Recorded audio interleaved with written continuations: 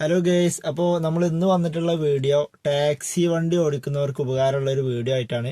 അപ്പോൾ ഞാൻ ഈ ഒരു വീഡിയോ കുറേ മുമ്പേ ചെയ്യണമെന്ന് വിചാരിച്ചിട്ടുണ്ടായിരുന്നു, മറന്നുപോയി. അപ്പോൾ ഇന്നിട്ട് വീഡിയോൻ്റെ ഒരു കമൻറ്റിൽ ഫസ്റ്റ് വന്ന കമൻറ്റ് ഇതായിരുന്നു. അപ്പോഴാണ് എനിക്കിത് ഓർമ്മ കിട്ടിയത്. കുറേ പേര് ഞാൻ കണ്ടിട്ടുണ്ട് എറണാകുളത്ത് വണ്ടി ഓടിക്കുമ്പോൾ ഈ ഒരു പ്രശ്നം ആരും ശ്രദ്ധിക്കാറില്ല.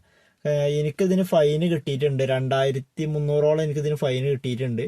കുറച്ച് പേരോടൊക്കെ ഞാൻ കണ്ടപ്പോൾ നിർത്തിയിട്ട് സംസാരിച്ചിട്ടുണ്ടായിരുന്നു, അവരോടൊക്കെ അങ്ങനെ പറഞ്ഞിട്ടുണ്ടായിരുന്നു. അപ്പോൾ എല്ലാവർക്കും നമുക്ക് അങ്ങനെ പറയാൻ കഴിയൂല.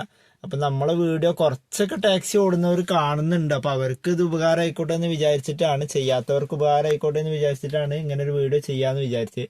അപ്പോൾ ആ ഒരു കമന്റ് ഇങ്ങനെ ആയിരുന്നു: ബ്രോ, വണ്ടിയുടെ നമ്പർ സൈഡിൽ നിർബന്ധമാണോ, അതുപോലെ രണ്ട് സൈഡിലും മഞ്ഞ സ്റ്റിക്കറും നിർബന്ധമാണോ എന്നുള്ളൊരു ക്വസ്റ്റ്യൻ ആണ് ആൾ ചോദിച്ചത്. ഇത് കുറേ ആൾക്കാർക്കുള്ളൊരു ക്വസ്റ്റ്യൻ ആണ്. കുറേ വണ്ടികൾ ഞാൻ കണ്ടിട്ടുണ്ട് ഈ സ്റ്റിക്കർ ഒട്ടിക്കാണ്ട് പോണത്.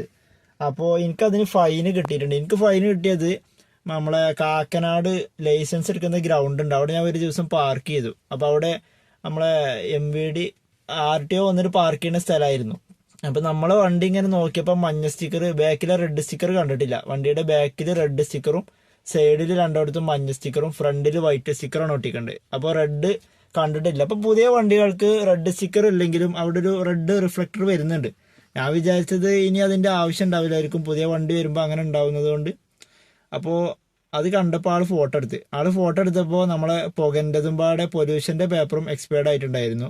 അപ്പോൾ ഇപ്പോൾ സിസ്റ്റം അങ്ങനെയാണല്ലോ, എന്തെങ്കിലും ഒരു ഫോട്ടോ എടുത്ത് കഴിഞ്ഞാൽ വണ്ടീൻ്റെ നമ്പർ കിട്ടി കഴിഞ്ഞാൽ എന്തൊക്കെ എക്സ്പയർഡ് ആയിട്ടുള്ളതെന്ന് കാണാൻ കഴിയും. അങ്ങനെ രണ്ടും പാടെ കൂടിയിട്ട് 2300 എത്ര നമുക്ക് ഫൈൻ കിട്ടിയിട്ടുണ്ട്.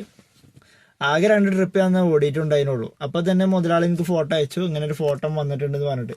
സംഭവം സ്റ്റിക്കർ വാങ്ങാൻ 150 രൂപയുള്ള ചിലവ്. സൈഡിൽ രണ്ട് സൈഡിൽ ഇവിടെ 4 മഞ്ഞ സ്റ്റിക്കറും, രണ്ട് സൈഡിലും പാടെ കൂടിയിട്ട് 4 മഞ്ഞ സ്റ്റിക്കറും, ഫ്രണ്ടിൽ വൈറ്റ് സ്റ്റിക്കർ 2 ബാക്കിൽ റെഡ് സ്റ്റിക്കർ 2 ഈ സ്റ്റിക്കർ വാങ്ങാനായിട്ട് നമുക്ക് വരുന്നത് 150 രൂപയോട് ശരിക്കും വരുന്നുള്ളൂ. പിന്നെ പുകൻ്റെയും പാടെ എടുത്തു, അത് 150, മൊത്തം 300 രൂപ എനിക്ക് അന്ന് എക്സ്പെൻസ് വന്നത്.